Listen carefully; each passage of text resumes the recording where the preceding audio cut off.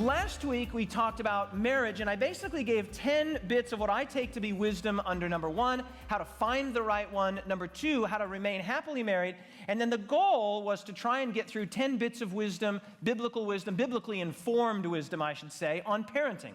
But we only got through 2/3 of the presentation, so what we're going to do today is we're going to spend the first probably about 15 to 20 minutes talking about parenting, and then we're going to transition into how to live a long, happy, and healthy life. So marriage, as we noted last week, is the most important of all human relationships, and the reason is obvious. Marriage is the relationship that gives rise to every other relationship, right? Marriage, the coming together of a man and a woman, a husband and his wife, is the procreative relationship that creates little human beings, and then those human beings become fathers and sisters and dads and cousins and uncles and nephews and church members and friends and neighbors. When we transition now to talk about the outgrowth of not all, but most marriages is children. Children, right? We have children. And so we're going to talk about what is God's intention, and is there any biblically informed wisdom when it comes to parenting? And the answer is yes. I want to start by saying something here that's really radical, and for me, this is the sort of cornerstone of everything else that I'm going to say about parenting after this, the 10 points that will follow. And that is that as Christian parents, we are not called to merely raise our children, right? We are called to disciple our children. Right? Now, I just need you to, it is not the job of Tweed Valley Adventist College or Gold Coast Christian College or any school to disciple your children. They're going to do their best. Blair and Marty and the administrators and the staff, they're going to do their best to try and disciple. But what they're doing is augmenting, what they're doing is enhancing and magnifying the discipleship that's already taking place in the home. Right now, of course, a high percentage of people that go to some of our Adventist schools are not always Adventists. They don't even come from any Christian background at all. But for those that do, Christian parents need to feel the responsibility. They need to feel the what? Not just of providing, not just of teaching, not just of feeding, not just of clothing, but of discipling. You are called as a minister of the gospel. If you're a father, you're a minister of the gospel. If you're a mother, you're a minister of the gospel. Even if you're an older brother or an older sister, you are a minister of the gospel to raise and to disciple your children or your younger brother or sister. Now, I want to say something about that. One of the things that I have seen, not just in this local church, but all over the world where I've traveled, parents sometimes find it difficult to disciple their children and to call their children to a high and godly standard because they know they themselves failed in various capacities as teenagers and as young people. And so what happens is because they have failed, they feel that they've lost the moral leverage or the moral ground on which they can then advise their children differently than they may have behaved. And so I want to say this. Yes, as parents, you may have made some seriously bad mistakes. But the call is to teach out of those mistakes, right? If you have made mistakes, then use these as opportunities, teachable moments to disciple your children. And so I want to talk about Parenting 101. And I want to start with number 1. It's this idea that there really is no such thing as quality time. Now, that might sound a little strange to you, especially since we've already talked about the keeping of the Sabbath in this very series, how to keep the Sabbath holy. What do you mean, Pastor Asscherick, when you say the first thing when it comes to parenting that there's really no such thing as quality time? Years ago, I read an article titled "The Myth of Quality Time." And the idea was that when it comes to children, a child does not care if you are on a Mediterranean cruise or a Caribbean cruise or some, tour of the Middle East or Europe or whatever, or you're playing catch in the backyard. Right? For a child, when it comes to the raising of children and the discipling of children, it's not those special moments, those holidays that you spend lots of money on. Those are important, don't get me wrong. They're fine to do those things, but it's the volume of time. Just the sheer amount of time that you spend with your kids, which segues into number 2. One of the things that I've heard over and over again, and I'm sure that Blair and Marty and others have heard this, is you get parents that come to you and say, "Oh, my 15-year-old son, my 16-year-old daughter is off the rails. What do I do?" Now, this is not always the case. I want to be clear. These are generalizations, but it is often the case that when parents suddenly see the red flags, they missed the yellow flags in the early teens and even the preteen years. And I want to say this. As a parent, you put money in the bank from ages 0 to 12 so that money is there to take out, to withdraw in the ages of 13 and beyond. right? So you're thinking about those troublesome teen years. It's very difficult to try and quickly, and I've met many fathers and many mothers that have tried to become super dad when their child's 15 or 16 and starting to go off the rails, starting to steer toward independence. Well, you weren't there as you could have been and should have been with volume of time when they were 5, 6, 7, 8, 9, 10, 11, 12. Now you want to come to the rescue as super parent when your 16-year-old child or your 17-year-old child says, Dad, I don't want to have anything to do with you, and Mom, I'm over it. You have to put time in. There's a great quotation here from Jennifer Schwerzer. She says, bonding, parent-child bonding forms the foundation of mental and relational stability later on. If you want to have the ear of your teenage children, you have to get the investment, get the change in your pocket from ages 0 to 12. And it's not just those fancy vacations, and again, those are important, and you go on them insofar as you feel led to do or as you're able to do, but you've got to just invest. I want to say something here that might upset a few of you, but there's probably several things I'm going to say today that might upset a few of you. Probably 2 years ago, I had an interesting conversation with a member of this church who was basically talking about how hard they worked, and they're working 50 hours a week, 60 hours a week. They're just working so hard. They're saying, Pastor Asscherick, I don't see you working 50 hours a week. I don't see you regularly working 60 hours a week. I said, okay, let's be clear about something. I am not regularly working 50 hours a week, and I very rarely work 60 hours a week. And I said, now let me tell you why that is. This right now is a season in my life. Life has its various seasons, and the season that I'm in right now is that I have 2 teenage boys. What do I have, everyone? 2 teenage boys, and I've looked up my contractual relationship with the North New South Wales Conference, who's my employer.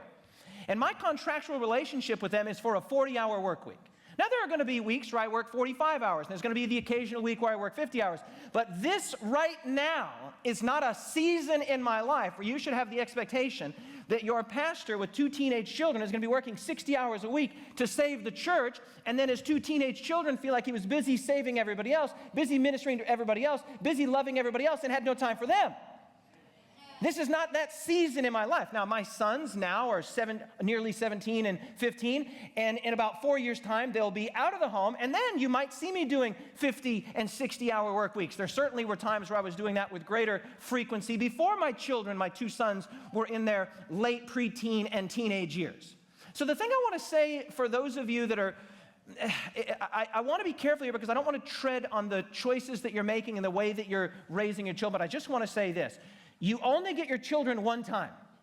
And my strong advice to you is if you have to scale your lifestyle back, if you have to scale back that raise or that promotion or those overtime hours so that you get more time with your children, that's the season in your life, especially in those formative years, ages 0 to 12, where you're pouring into your children so that hopefully, if you've done it right, by the grace of God, your 14, 15, 16-year-old children want to spend time with you.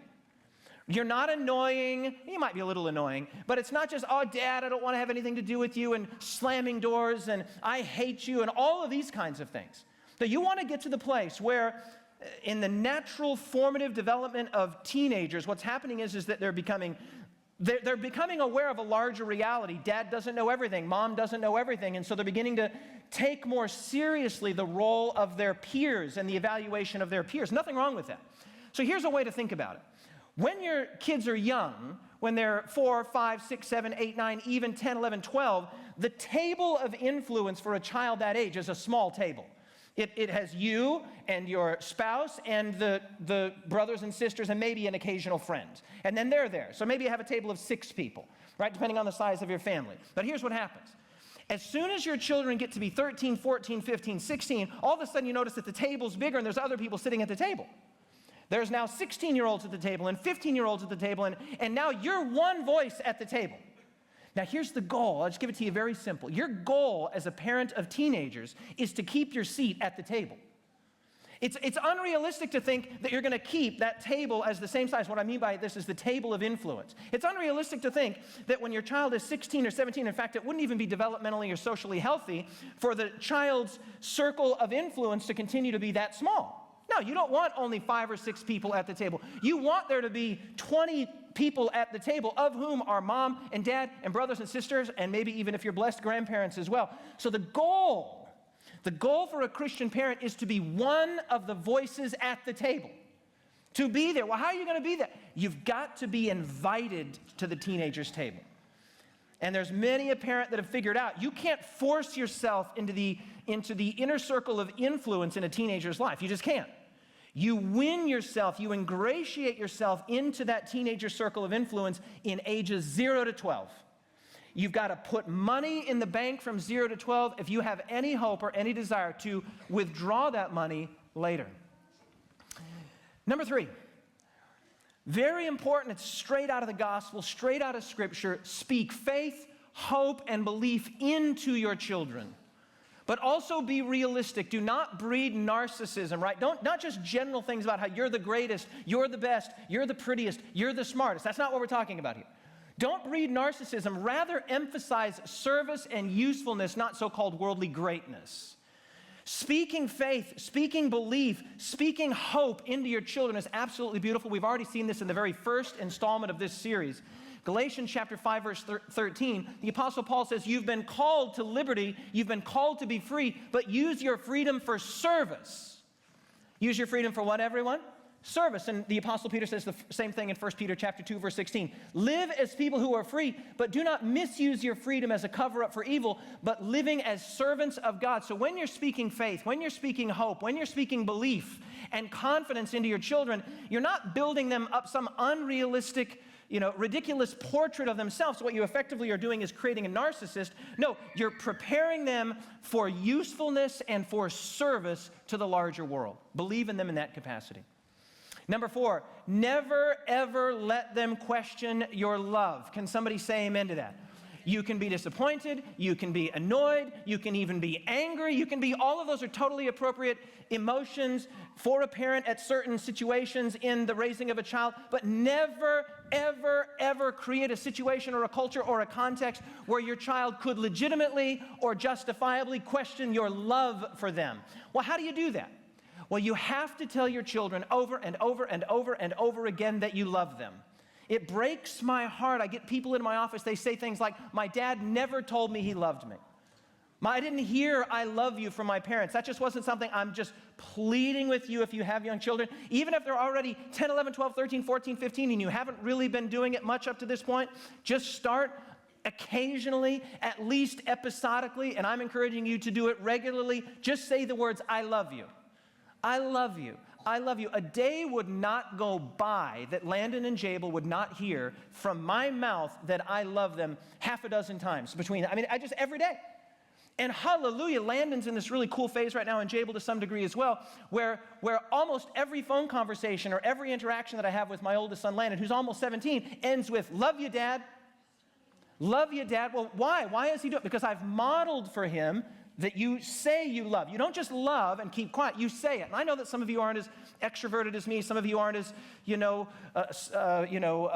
talkative as me. But you can say the words, I love you. 3 simple syllables.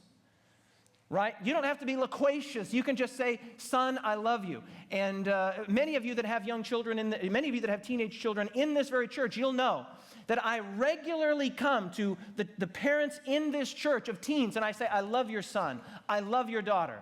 I'm proud of your son. I'm proud of your daughter. You know that I do this. Right? What I'm trying to do there as a pastor is model for you that you should be speaking love, speaking affirmation, and speaking affection into the lives of your children. Number 5. Punishment is totally a legitimate thing, but it should be consequential and compassionate like God's. When it is time for punishment to come, the punishment should flow from the violation, from whatever the thing is. And if you've done it right, and it's not easy to do, don't get me wrong, this is an area that was not I didn't hit this one out of the park. I didn't hit this for a 6 or even a 4. Violetta and I wrestled because we had slightly different philosophies of punishment early on. And it took us a little bit to get our ducks in a row. But if you line it up and you get it right, you should get to the place where your son or your daughter is absolutely convinced that you're not doing something to them so much as you are giving them over to the consequence of a choice that they themselves have made. It's key. Number 6, speak to your children about relationships and sex. More than just the old birds and the bees talk. That might have worked in the past. That might have worked in the 60s, 70s, 80s, 90s, whenever you grew up. But I got news for you. Today is an entirely different situation. And in case you're unclear about this, if you have teenage children or young children, here's what you need to do. Required to do, right? If you want to keep your parenting card, you need to do this. You need to discuss modesty, dating, pornography, sexting, masturbation, premarital sex, and the list goes on. That's the world you live in. We don't live in a world where we can just pretend, especially in light of the fact that many of our children have smartphones, right? So-called smartphones. And we call them phones, but they're not phones. It's actually, we're doing ourselves a disservice when we say, I got my daughter a phone. I got my son a phone. If you got them a flip phone, a Nokia flip phone that they can just go beep, beep, beep, beep, you got them a phone. If you got them an iPhone or a Samsung, whatever those are called, you didn't get them a phone, you got them a computer. Okay, no, you're welcome to do that. As a parent, you are full well within your parental freedom and liberty to buy your 15, 16, 17-year-old son an iPhone. You can do that. But I'm assuming as a pastor that if I see your teenage, especially young teens, Lord have mercy, 13, 14, 15-year-olds, if they have an iPhone, I'm assuming that you aren't just yourself assuming that everything will be fine and they'll navigate the way forward on their own. You've had I don't want to say conversation, you've had the conversations and you continue to have the conversations, because the truth of the matter is that an iPhone or a similarly fashioned smartphone is a portal to filth. It's a portal to filth that many of you can scarcely imagine, right? If you're over the age of about 40, you don't even know what a lot of these kids are doing. What the new normal for these kids is off the hook. And I could tell you stories that would just make your hair fall. It would just hurt your soul. It hurts my soul. So especially if take internet access in the home. I just want to say this. I've said it before. I've said a few parents. I'll say it anyway. If you have a home where you have young children and they have unmonitored, uninterrupted access to the internet, you are delinquent in your parenting responsibilities. That you're just delinquent in your responsibilities. Doesn't mean you're not a good parent. You might be a good parent in other areas. But you have to monitor. You just have to assume the worst. Not because your children can't be trusted. I trust my children. I don't trust the internet. I trust my children. I don't trust all of the points of access, because if one in the group begins to look at something and then they get sort of fingered by Facebook, I mean, the algorithms by which things are fed to us. I mean, I get stuff on my own as a 45-year-old man who's not looking at that kind of stuff. I get stuff fed into my feed, whether through Facebook or pop-ups or emails. It just happens. So you have to be having that conversation. The conversation about premarital sex, the conversation about pornography, the conversation about masturbation, because the new normal is not the normal that you grew up with if you're 40 years old or older. That's gonzo. Number 7, give them room to make mistakes, but still parent. Balance here is crucial. This is one of the big things that we talked about in our opening series there, where God gave Adam and Eve freedom. They were free to make morally significant choices. I want my children making mistakes while they still live in my home. I want them to have enough freedom, enough room to roam, that when they make a mistake, they still live in my home. They still live with me, so that we can coach them through those decisions and I can work with them, etc., and create an environment in which it's okay to make a mistake. Too often we see Christian parents that seek to almost isolate their children from temptation, isolate their children from the world. And I want to say this. As a Christian parent, your goal should be to insulate but not isolate. You can insulate from the world, you can insulate from sensuality, you can insulate from all of those things, but if you isolate your children from it, the moment they turn 18, 19 and leave the home, it's just like a rubber band that's been pulled back for years, and as soon as they're out of the home, the rubber band lets go and they're gone. I want my children, my 2 sons, making some of those mistakes that a lot of kids don't even get to make until they're 18, 19, 20. I want them making those mistakes in my home when they're 14, 15, and 16. But the only way to create an atmosphere in which those mistakes can be made is to give freedom to make mistakes. A word on that. I'm really passionate about this, and I hope I get the support of my teachers, and I might upset a few parents, so I apologize in advance if I upset you. I am absolutely committed to standing by the decisions that are made, especially in terms of discipline, from my parents or from my children's teachers. Okay, I think it's a very unsafe, unhealthy, and unwise decision if your child has been disciplined by a teacher to undermine the teacher, even if you don't agree with what the teacher did.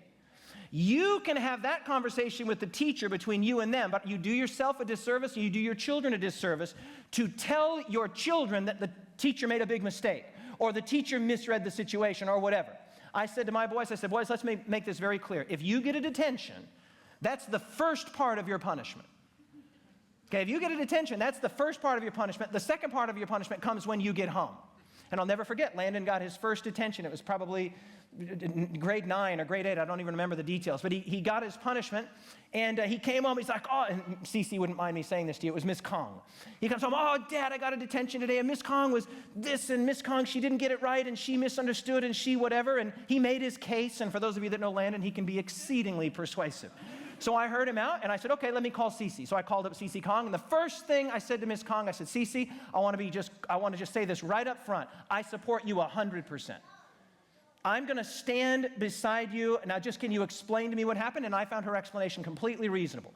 I have trust, I have confidence in the teachers of my children. If I didn't, why are my kids in that school? So what you do is you actually create a distrust of authority, and you create a kind of narcissistic exceptionalism when it's you and your child versus the mean old teachers or the unfair administration or whatever. You're just doing yourselves a disservice. Even if you think the administration is wrong, even if you think the teacher is wrong, let that be between you and them. Don't drag your children into it, because one of the most difficult things to teach a child, anybody, is respect for authority. Respect for authority, and you've got to do that. Number 8, this was a challenge for me, I'll be really honest with you. Nobody in my family, Violetta, myself, Landon, or Jabel, does this well.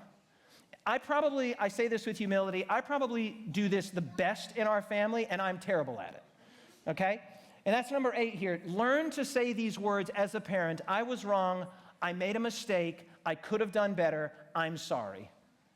Those are not easy words to say, okay? But I tell you what, you think that if you admitted you were wrong, or if you admitted you made a mistake, or if you admitted that you could have done better, that this will actually undermine your parental influence. It will increase your parental influence. I have seen over the years that as I've begun to learn how to be able to say this, hey, Landon, sorry, I was a bit over the top there. Jabel, sorry, I misread that situation. I thought that you said you weren't going to vacuum the house. I'm sorry, I just misheard. I'm sorry, I misread that. I could have done better. It creates a culture in which now Landon can start saying to Jabel, and Jabel to Landon, and Jabel and Landon to Mom, and Mom to Jabel and Landon. We create an atmosphere in which it's okay to be wrong. But it's only okay to be wrong if you admit that you were wrong, and you do so in a culture of acceptance and in a culture of positivity. Someone once said that bad decisions make good stories. That's true, but they also make for teachable moments. If a mistake has been made, if your child has blown it, and you know, I have 2 amazing sons. Many of you know my sons. But they have not made it through their teenage years scot-free. They have made some decisions that pain me in my heart, and they have said some things and done some things that I thought, you know, I thought based on the training that I've done and based on the discipleship that I've done and based on the education that I've done and the loving that I've done, I thought you wouldn't have made that choice, but you did make that choice. Okay, but those become opportunities for teachable moments, and I'll be honest with you. One of the things that has been really helpful for me when my children have done something that I regard as disappointing is I've decided that 50% of all of those bad decisions they've made at least belong to me. If I take ownership for at least 50% of the bad decisions that my children have made, it helps me to treat them with more grace and with more love, because the truth of the matter is that when I look at some of the areas where Landon or Jabel, and they're great kids, but where they've made some decisions that I wish they hadn't, I can look back and think, you know, David, you could have done better there. You have to wear some of that mistake. You have to wear some of that falling short in that particular area. Teachable moments. Okay, 2 more. Number 9, read the Bible with your children, pray with your children, and talk to them about their life. It's amazing how few Christian homes this happens in. I'm sad to report to you that I believe the majority of Seventh-day Adventist homes with children are not having family worship. I believe that. I think that's probably true in this local church. I think it's true in most Seventh-day Adventist churches. Even if you don't have a formal worship where you gather together and you get out the guitar and you play and you sing, you don't have to do that. But don't let a day go by, even if you've not been doing it up to this point. Do not let another day go by where you don't pray with your children at some point. My boys are prayed with numerous times a day. They're prayed with before they leave to go to school. They're prayed with individually. Each of them, when we go to bed at night, we pray at every meal. And then if a situation comes up, I get a phone call or we learn about something. Hey, boys, let's pray. Let's gather and pray right now. Reading the Bible is crucially important too. Don't get me wrong. I love these devotional books that are produced by Review and Herald and Pacific. Fine. Read the Bible. Read the Bible. We've just finished reading, or in the middle of reading, a book right now with Jabel called Chiseled, right? A guide to godliness and young manhood. Nothing wrong with those kinds of books, but also be reading the text, because there's power in the Word. There's power in the Bible. Read the Bible with your children. It doesn't have to be some big, long exercise. Just gather your children together and read a psalm before they run out the door to go to school. You're not too busy to read the Bible with your children. Prioritize it. And finally, number 10, have truckloads of fun together. That's you. That's for you, Mel. Have truckloads of fun together. Say yes whenever you reasonably can. Remember, the family that plays together, what do? Stays together. The family that, and you know, one of the things that I never let my children say, they were a very young age, I do not allow my children to say they're bored. Okay, and I advise you, don't let your children say they're bored. When my boys used to say, Dad, I'm bored, I would say, that's because you're a boring person. Because life is anything but boring, okay? And this is just a short list here. Here's just a few things that you can get involved in with your children if you're not already playing together, doing activities together, doing stuff together. And again, if you have teenage children, teenage daughters or sons, this is not the time in your life to be working 50 and 60-hour weeks. It's just not.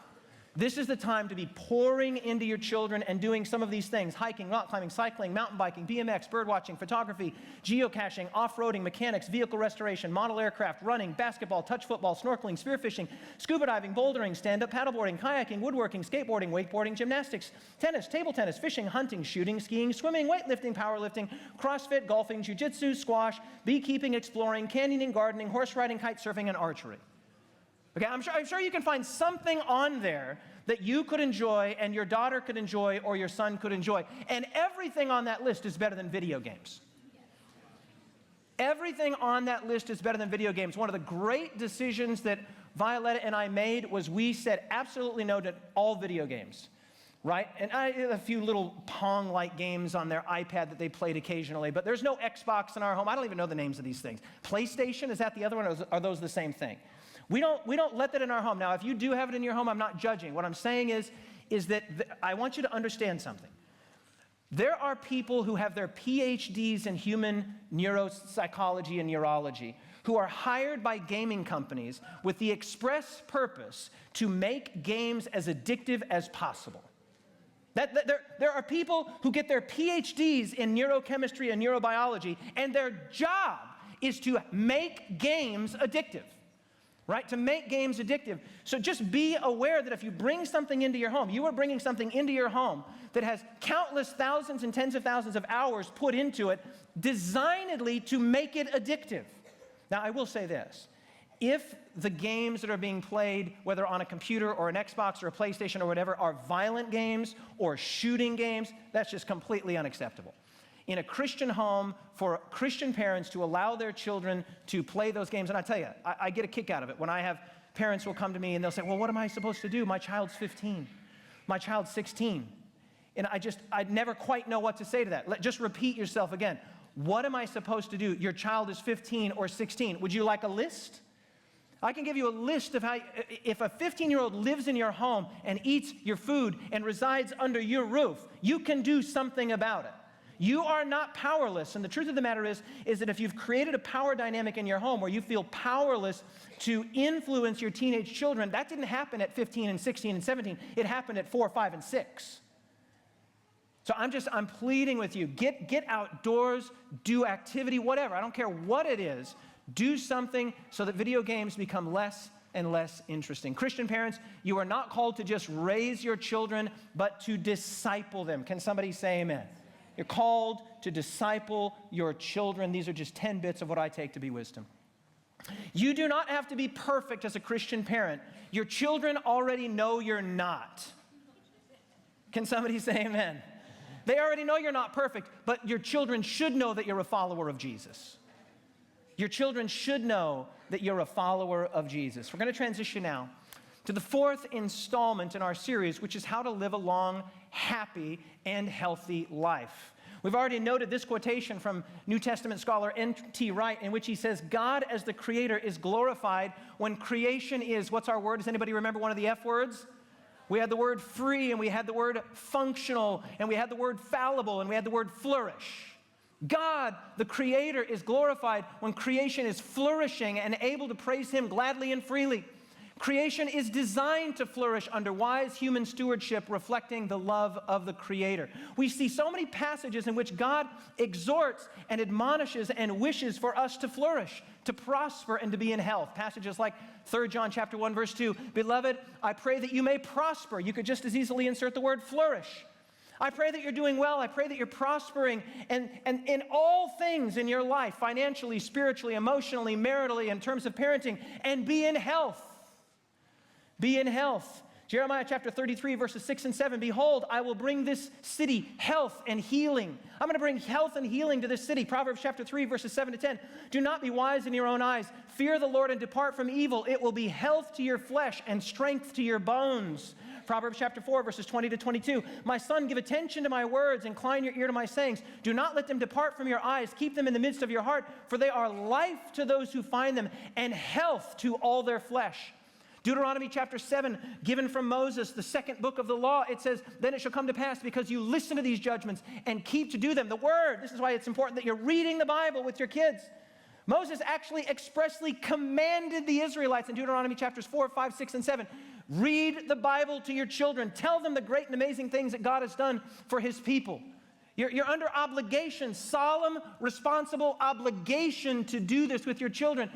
Moses says, it shall come to pass because you listen to these judgments and you keep and do them. The Lord your God will keep with you the covenant of mercy which he swore to your fathers. He will love you and bless you and multiply you. He will bless the fruit of your womb and the fruit of your land, the increase of your cattle, the offspring of your flock in the land which he swore to your fathers to give you. You will be blessed above all peoples. There will not be a male or a female barren among you or your livestock. The Lord will take away from you all the sickness and will afflict you with none of the terrible diseases of Egypt.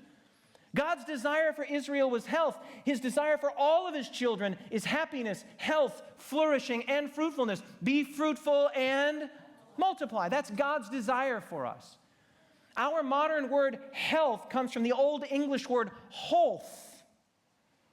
Right? There's this Germanic English coming together of these words health. What does that sound like? It sounds like the word whole. The word health means to be whole. No wonder we turn to numerous passages in the New Testament where we see this word whole used as a synonym for health. He said to the man, stretch out your hand, and he stretched it out, and his hand was restored as whole as the other, as healthy as the other. Matthew chapter 15, verse 31. So the multitude marveled when they saw the mute speaking and the maimed made whole, healthy.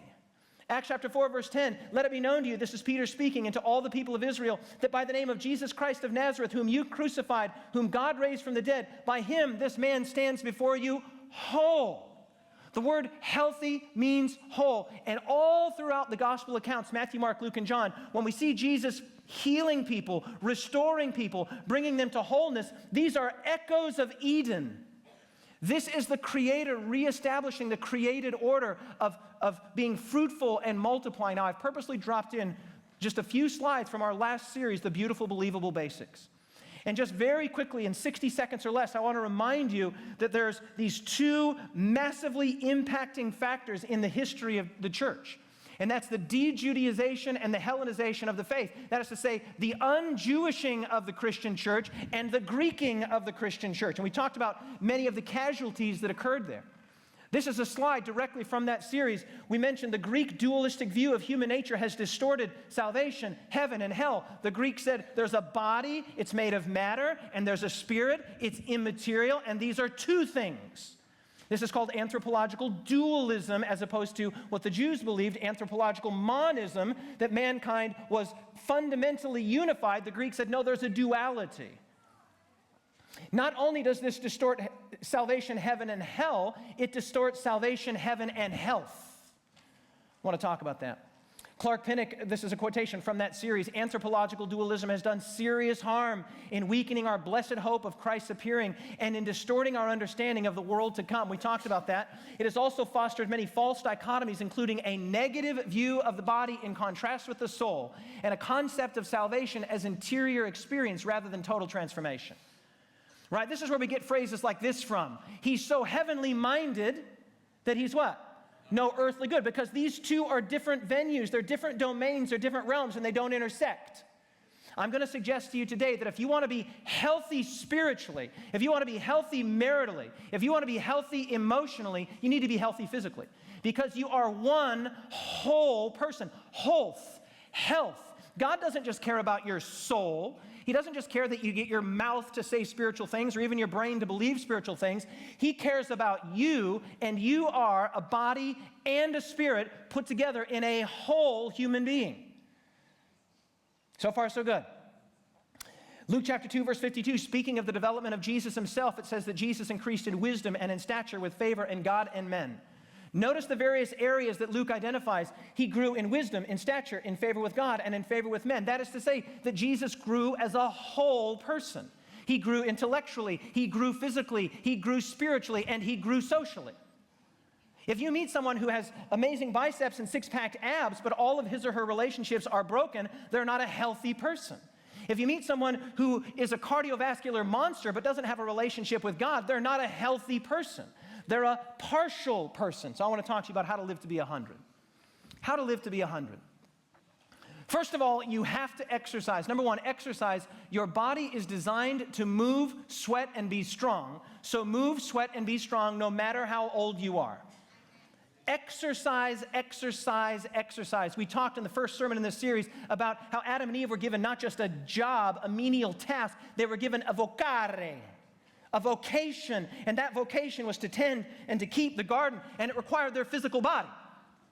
It required them to move and to work and to get strong, and the way that the body is designed is that when the body is stressed, when you put the body under physiological and physical trauma, it gets stronger and fitter and better. So number one, you want to live to be 100, exercise. This is a book that you should read.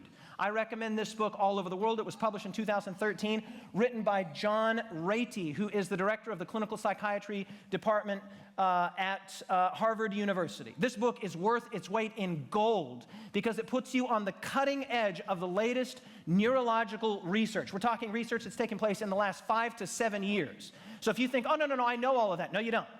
No, you don't. This is stuff that's brand new, fresh, the revolutionary new science of exercise and the brain. John Ratey says in the book, in today's technology-driven world, it's easy to forget that we are born movers. Because we've engineered movement right out of our lives, our culture treats the mind and body as if they are two separate entities. Dualism. He says, I want to reconnect the two. The real reason we feel so good when we get our blood pumping is that it makes the brain function at its best. And in my view, the benefit of this physical activity is far more important and fascinating than what it does for the body. Building muscles and conditioning the heart and lungs, I love this. He says that's essentially a side effect. It's not just to get big biceps and strong core and a ripped ab. He said that's a byproduct. The number one reason you exercise, he says, I often tell my patients that the point of exercise is to build and condition the what? The brain. Your brain is an organ. It's the most important organ in your body. What neuroscientists have discovered in the past 5 years alone paints a riveting picture of the biological relationship between the body, the brain, and the mind. To keep our brains at peak performance, our bodies need to work. What's the last word there? You got to work hard. Let me just give it to you straight. You need to sweat and raise your heart rate for at least 30 minutes, at least 3 to 5 times a week. If you want your body and your brain to be functioning optimally, you have to get sweaty exercise. Sweaty exercise. You also need to stay strong, which is the other end of the spectrum. You have cardiovascular exercise, then you have strength training. You have to be strong. Being strong is your ticket to late age freedom and mobility. You get into your 50s, 60s, 70s, and 80s, it's not going to be the cardiovascular strength that carries you to freedom and independence. It'll be the physical strength that you have in your muscles. You need to stay strong. This is particularly important as you age to 40 and beyond. Take a look at this. That right there is a cross-section of the thigh of a 40-year-old professional triathlete. Okay, so you've just cut right across the thigh, right? You just bifurcated the thigh right through there, and you're looking down. So what you see is the bone in the middle. It looks like a steak, doesn't it? You're looking at a bone. We're going to talk about that in just a second. You've got a whole lot of muscle and then a thin layer of subcutaneous tissue, right? Now look at this. This is the leg of a sedentary 74-year-old man. Okay? So all of that white stuff around there is adipose tissue. All of that is fat, and that spindly, weak, gnarly-looking stuff in the middle is muscle. But I want you to see the last one. That is the leg of a 74-year-old triathlete. Now take a look at the leg of the 74-year-old triathlete and the 40-year-old professional triathlete, and they are virtually indistinguishable. You can stay strong, you can stay fit well into your 60s, 70s, 80s, and beyond. This is an amazing report that was just released in 2012 from Science Daily. Senior runners keep improving. Summary of the research. Researchers have analyzed changes in participation and performance of runners aged 20 to 80 in the New York City Marathon over the last 30 years. They've been analyzing the ages that the times that older runners are running. Notice what they've learned. The results are largely unexpected. Why? What happened? What was so unexpected? The best male marathon runners over 65 and the best female marathon runners over 45 have consistently improved their performance over the last 30 years. Every other age stays the same. Statistically, they've been studying this for 30 years now. Every age has stayed roughly the same, but older athletes have improved their time on average every single year. The improved performances can be explained, number one, by the increased number of participants in these age categories. Number two, as well as the increased interest in this age population has in terms of the benefits of physical activity on health and well-being, says Romuald Lepers, whose research into motor function plasticity during the aging is part of the overall research. For the researchers, this initial data on athletes over 40 combined with new physiology and sociology data will lead to improved understanding of the role that physical exercise has in aging well. You've got to exercise. If exercise was a pill, it would be the single greatest drug ever invented. Back to John Rady. Neuroscientists have just begun.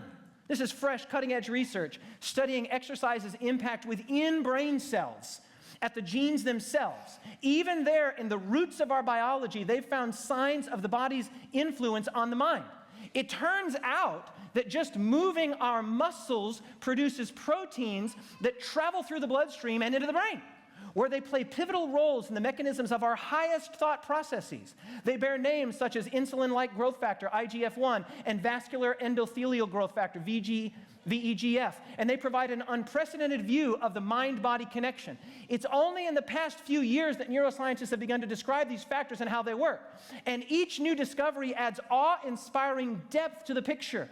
If exercise came in pill form, says Dr. Rady, it would be plastered across the front page, hailed as the blockbuster drug of the century. Why? In October of 2000, researchers from Duke University made the New York Times with a study showing that exercise is better than sertraline or Zoloft at treating depression. Final paragraph here from Rady. I want to cement the idea that exercise has a profound impact on cognitive abilities and mental health.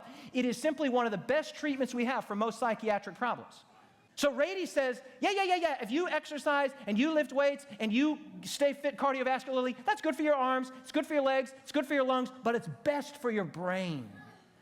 It's best for your brain. And there's even recent studies that show that physical, vigorous exercise offsets the onset of Alzheimer's, dementia, and other age-related issues. Now look at this. One of the founders of the Seventh-day Adventist Church, a woman by the name of Ellen White, I just put her lifespan up here, 1827 to 1915, wrote in the book Education in 1903.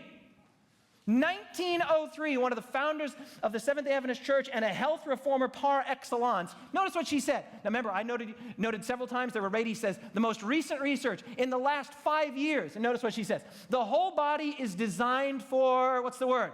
Action, and unless the physical powers are kept in healthy, active exercise, the mental powers cannot long be used to their highest capacity. 1903, and here a book is released in 2013 saying in the last 5 years, we now know that the number one reason you exercise is so that you can keep your brain healthy. All that other stuff is simply a byproduct. Number two, you've got to eat like Eden. This involves, but is not limited to, being a vegetarian or, better yet, a vegan. How do we know that? Well, because right in Genesis chapter 1, verse 29, this series is titled Eden Every Day. It says, and God said, see, look, Adam, Eve, I have given you every herb, every plant that yields seed, which is on the face of all the earth, and every tree whose fruit yields seed, to you it shall be for food. The translation is, you eat fruit. You are a fruitarian. After the fall, after Genesis chapter 3, God gave them permission to also eat vegetables. Notice this, Genesis chapter 3, verses 17 and 18. Cursed is the ground for your sake. In toil you shall eat of it all the days of your life. Both thorns and thistles it shall bring forth for you, and you shall eat the herb of the field.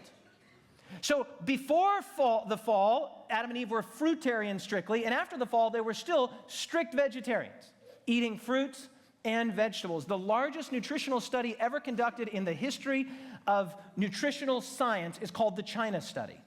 The China Study, it was a book that was published several years ago based on research from the 1970s and 1980s that T. Colin Campbell and his amazing team from Cornell did. And it's absolutely, how many people here have read the China Study? It's a mind-meltingly good book. I mean, just absolutely amazing. And if you don't want to read all like 600 pages of it, I'll give you some of the major highlight takeaways. Number one, animal protein promotes cancer growth. Number two, you should be more worried about poor nutrition than pesticides.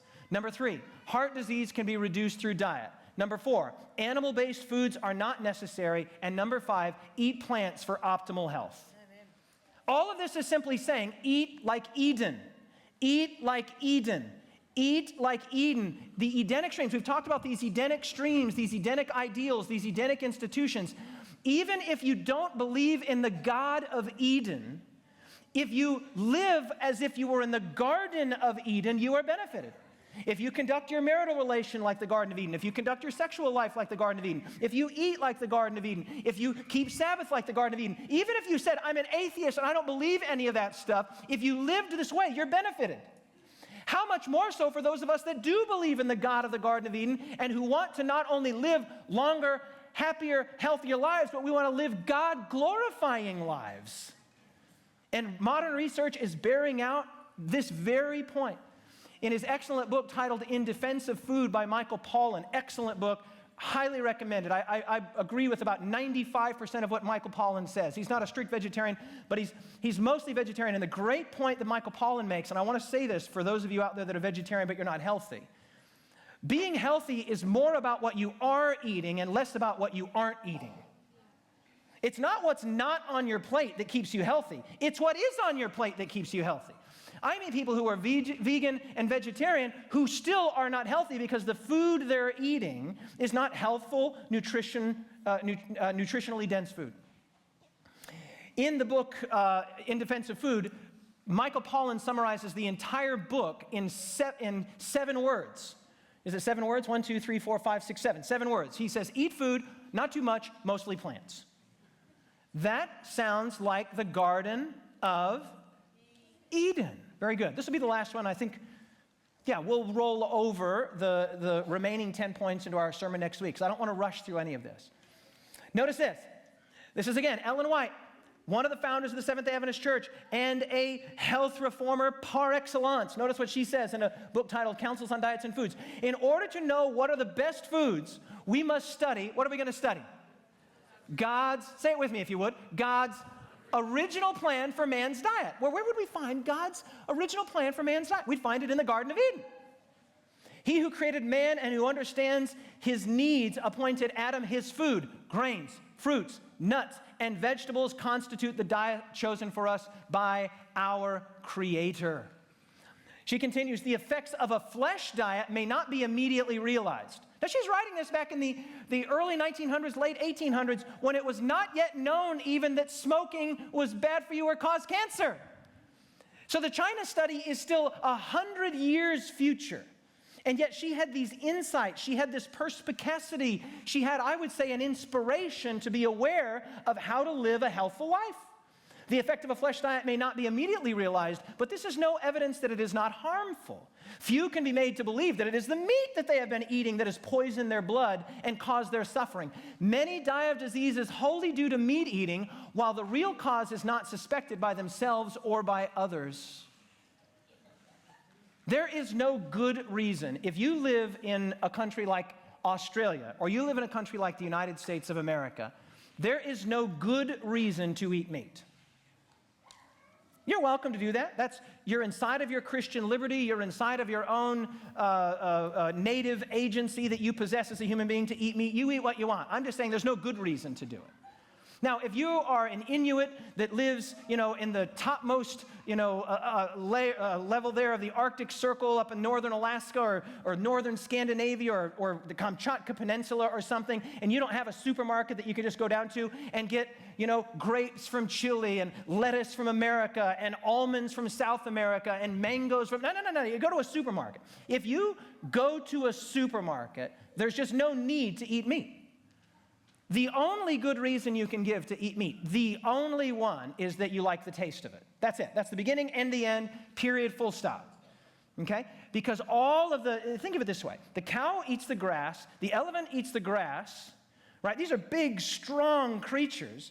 When I choose not to eat a cow and I just eat the vegetables, I'm just cutting out the middleman. Right? Rather than having the cow eat the grass, and I get the energy, because all the energy comes from the grass. All the energy comes ultimately from the sun through the photosynthetic process. Right? So all I do is I just cut the middleman out. I just get rid of the cow, and I just go straight to the grass. And it's better for you. It's better for the environment. It's much better for the cow. Thank you, Ruth. Okay. Final point we're going to make here today, and then we'll wrap this one up. How to live. Actually, I'm just going to end on that. We'll do our first 2 out of 10 points. So number 1, you've got to exercise, right? And let me just give you a little piece of advice on if exercise doesn't come naturally to you. Here's a simple thing, okay? Just go down to the local store and get two weights, 2 dumbbells. Or you can get 4 if you want, whatever the appropriate weight is. If you're a woman, it might be, say, 2 or 3 kilograms, a slight woman, or if you're a stronger man, maybe it's a 10-kilogram weight. Get 2 dumbbells, okay? You can get 4 if you want, or 6 if you want, a whole set, but just get 2. This is a simple trick. Put them in your bathroom. Put them in your bathroom. So you've got these 2 dumbbells, and you put them in your bathroom, right? You just slide them up under the sink, and here's what you do. You go, and I'll give you the exercises that you do. They're really simple. You just do butterflies. You'll do 3 sets of butterflies, 3 sets of presses like this, 3 sets of curls like this, 8 to 12 each. 8 to 12 each. These, if the weights aren't too heavy, squats like this with the weights in your hand, right? There's a number of exercises that you do, and you do it in 10 minutes before you hop in the shower. That's it. That's it. And you can, especially for ladies, because what happens is for a number of internal physiological factors, women become increasingly, they're prone to osteoporosis as they age. And the number one way to offset osteoporosis, as strange as it sounds, is to lift weights. Lift weights. You've got to do load-bearing exercise. If you're a man and you're over the age of 40, what happens is that you need to try and do things that increase your testosterone and your what's called HGH, or human growth hormone.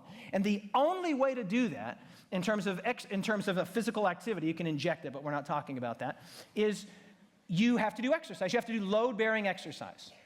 See, when you're 20 years old, 25 years old, 30 years old, even 18 years old, you have testosterone and human growth hormone coursing through your veins.